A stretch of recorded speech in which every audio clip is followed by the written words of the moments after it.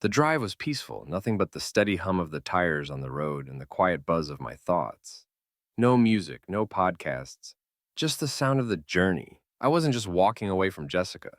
I was ensuring she would truly understand the gravity of what she had done. By the time she stepped back into that house, she'd have no choice but to confront how utterly alone she had become. I pulled into a motel on the edge of town, paying in cash. No digital trail. I wasn't about to let her find me. I didn't need the drama or the fake tears when she realized her safety net had vanished. That night, I slept deeper than I had in months. The next morning, I checked my phone, bracing for the storm to begin. Nothing. I stared at the screen, confused. She hadn't even noticed yet. I gave it a few more hours, checked the time, pondered what she might be doing. Perhaps she was still with him, wrapped up in her little fantasy, unaware, lost in her world, oblivious to the fact that everything she had was falling apart. Then, at 10:35 a.m., my phone buzzed. A text from Jessica. "Hey, did you move some money around?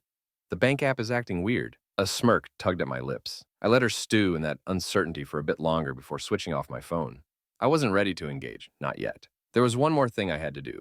I headed to the office she shared with her lover. I knew his name now, Stephen. I had spent the past week gathering every scrap of information on him, digging through company records, scanning team pages, picking up on the tiny details Jessica thought she had hidden. Stephen was exactly what I expected. The type of guy who reveled in his masculinity, the kind who believed he was untouchable, that he could take another man's wife and face no consequences. Well-dressed, confident, arrogant. Everything about him screamed smug. So, I made sure he would get a surprise. I had sent a meticulously crafted email to HR attaching screenshots of their texts, explicit conversations, plans to meet during work hours, expense reports that matched their little rendezvous a little too perfectly, proof of an inappropriate workplace relationship, enough to ruin a career. By Monday morning, Stephen would walk into his office, expecting the usual routine. Instead, he'd be met with the start of a formal investigation. As for Jessica, she'd be consumed by panic, watching everything she thought she controlled slip through her fingers. I switched my phone back on late that afternoon. Jessica's first text read, "Where are you? Talk." Then another, "This isn't funny, John. What's going on?" Followed by, "Did you really take all the money?" And then, "John, I swear to God, if you don't answer me right now," her messages kept coming. "What did you do? What did you do?" I stared at the screen, feeling a quiet, slow satisfaction. And just as I expected, a new number popped up. Stephen. I let the call ring. Then again, another text from him. "You think you're clever, huh? What the hell is wrong with you? Stay out of my business." Then, "You're just bitter. Grow up." And one more. "Fix this? Now." I couldn't help but laugh. The nerve. The sheer entitlement. But I ignored him, imagining how it would feel when Jessica finally stepped into that empty house. The place was a shell now, stripped bare, her closet half empty, her pricey handbags gone. The little luxuries she had taken for granted vanished, and on the kitchen counter, the final blow. A printed copy of my email to HR, with 3 simple words scrawled in red ink across the top. Checkmate. I turned off my phone, sank back into the cheap motel pillows, and closed my eyes. Tomorrow, I would start fresh. As for Jessica, tomorrow she'd wake up in hell. I powered up my phone and waited. It didn't take long before it exploded with notifications. Over 20 frantic messages from Jessica in the last few hours. "John, where are you? You need to come home. We need to talk. Did you take the money? What the hell is going on? What did you send to my job?" I grinned, watching her unravel in real time. I let it simmer for a while, let her stew. Then I dialed. The second she answered, her voice was shaky, breathless, desperate. "John, where are you? What's happening?" I let the silence stretch for a moment, savoring the growing anxiety in her voice. Then, in a calm, steady tone, I replied, "Morning, Jessica." Don't morning me," she snapped, her voice sharp with panic. "What's going on? My card isn't working. The bank says the accounts are empty and she exhaled, frustration clear in the way she spoke. "My boss called me into HR this morning. Do you even understand what you've done?" I leaned back, staring up at the ceiling as I gathered my thoughts. "Yeah," I said. "I have a pretty good idea." "You son of a—" "Careful," I interrupted smoothly, my voice controlled. "You really don't want to piss me off right now." There was a sharp intake of breath on the other end of the line as she tried to regain her composure. "John, we need to talk about this. I don't know what game you're playing, but this isn't funny. You need to come home, and we need to fix this." I let out a low, humorless laugh. Fix this? Yes, she said, her tone softening as though she thought she could talk me out of it. Look, I know you're upset, and I get it. I shouldn't have sprung it on you like that. But you didn't have to go nuclear. You've made your point. Just let's talk. Let's work something out. I shook my head, even though she couldn't see it. You really don't get it, do you? John, please, her voice pleaded. No, I replied coldly, my words cutting through the tension. A heavy silence stretched between us, thick with unspoken words. Where are you? She whispered, the desperation creeping in. I smirked. Gone. What does that mean? She demanded, her voice shaky. It means, I said slowly, savoring every word, that I'm done playing your game. I spent 6 months believing your lies while you ran around behind my back. You thought you could have it all. But guess what, Jessica? I leaned forward, lowering my voice to a dangerous calm. Now you have nothing. She made a strangled noise, a mix of frustration and panic. John, you can't just click. I ended the call, blocking her number immediately. I had no time for her to wallow in self-pity. There was one more person I needed to deal with, Stephen. Jessica's shiny new distraction. I didn't need to dig very deep to get what I wanted. I already had all the important details. Where he worked, his position at the company, his picture-perfect home life. But what mattered more was his wife, Betty. She was the final piece of the puzzle. The last shove needed to bring their house of lies crashing down. I carefully crafted the email. Subject, your husband, Stephen. Body, hi, Betty. I know this is going to be hard to take, but you deserve the truth. Your husband has been having an affair with my wife, Jessica, for over 6 months now. I've attached screenshots of their conversations, evidence of their meetings, and expense reports detailing their hotel stays. Thought you should know. Attachments. Screenshots of explicit messages between Jessica and Stephen. Proof of hotel reservations made under Stephen's name. A time-stamped photo of the two of them together, laughing with their arms around each other. I hovered over the send button for just a moment before clicking it. Let the fireworks begin. Tuesday morning, my phone rang. A familiar number flashed on the screen. I didn't need to guess who it was. I answered casually. Hello, you piece of shit. Stephen's voice exploded through the speaker. I couldn't help but grin. Ah, morning, Stephen. You think this is funny? His voice was filled with rage. You've ruined my life. Betty won't even talk to me. She's threatening to leave. And now my boss is on my back. What the hell did you do? I shrugged, even though he couldn't see it. Sent your wife a little gift. Seems like she wasn't too thrilled to find out her loving husband was screwing someone else's wife. You don't understand, man. This wasn't... He let out a bitter laugh, as if he couldn't believe he had to say it out loud. This wasn't serious. It was just a thing. There it was. She wasn't the love of his life. She wasn't someone he needed. She was just a thing. And Jessica thought she was special. I chuckled softly. Oof. You might want to let Jessica know how you feel about her.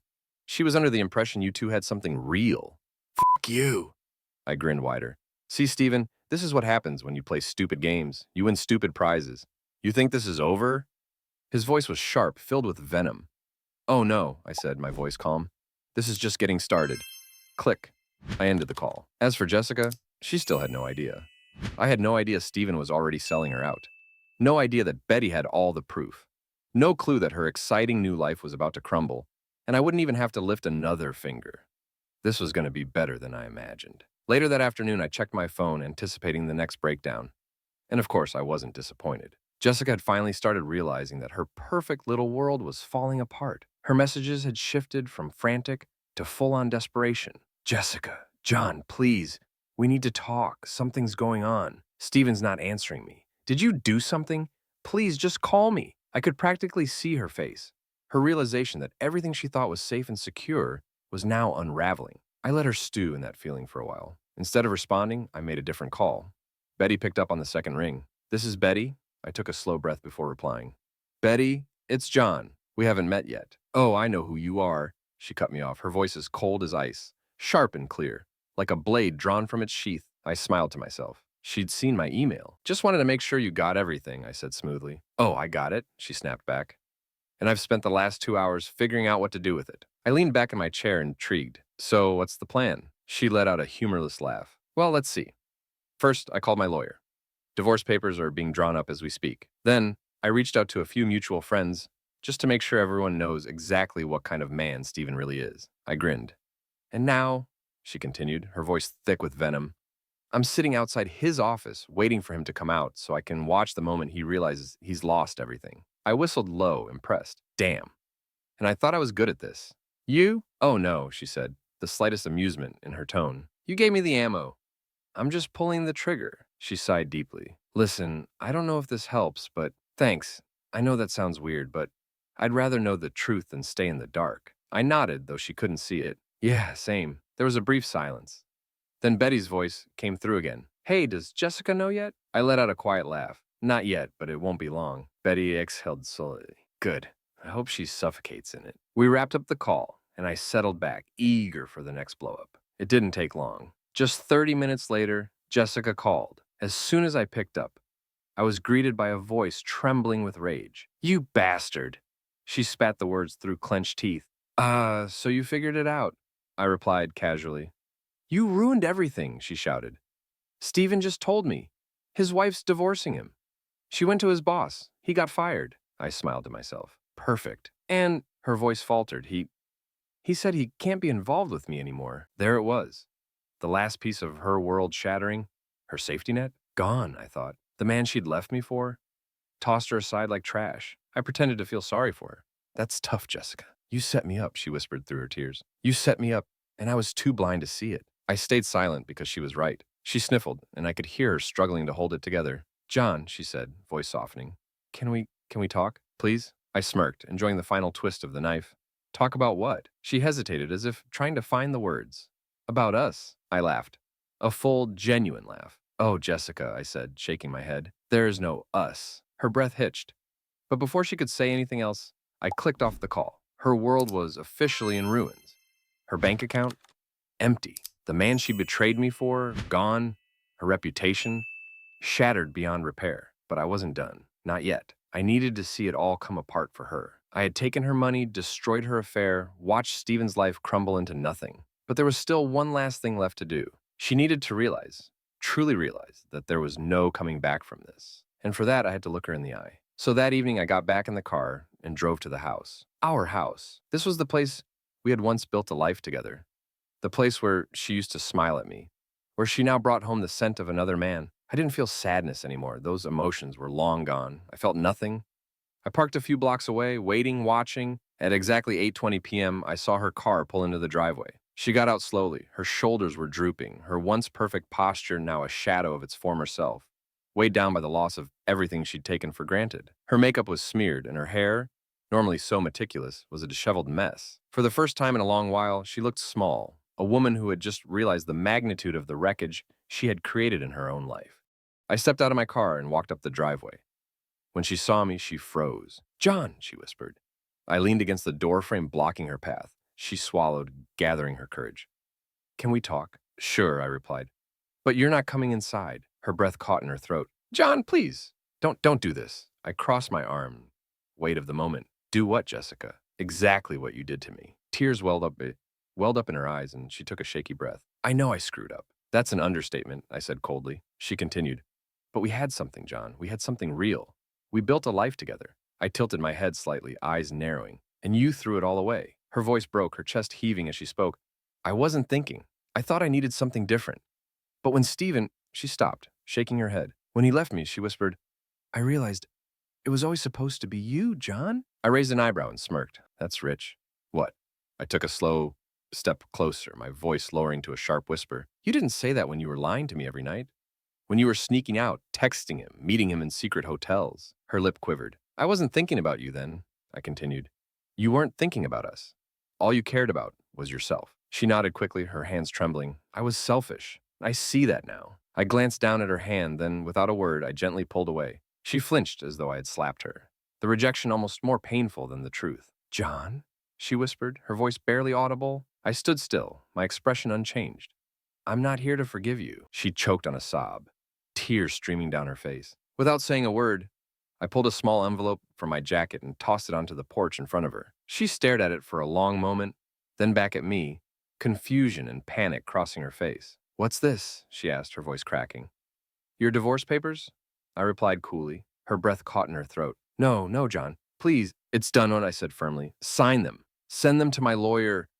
And after that, I never want to hear from you again. A soft, broken sob escaped her. You don't have to do this, she pleaded, her voice full of desperation. I really do, I responded, turning to walk away. She collapsed onto the porch, her body trembling, I didn't look back, but as I reached my car, I paused for just a moment. Oh, and one more thing, I said over my shoulder, my voice cold. She looked up, her eyes swollen and bloodshot, desperate for anything. I put the house up for sale this morning. Her face went pale, as if the color drained from her all at once. No, no, John, you can't. It was never in your name, I answered smoothly, not missing a beat. So yeah, I can. I opened the car door, casting one final glance at her crumpled figure. Enjoy your new life, Jessica, I said before getting in and driving away. For good. This is the end of the story, so don't forget to share your opinion and experience in the comments. And also, if you like the story, subscribe to the channel that would not miss new videos.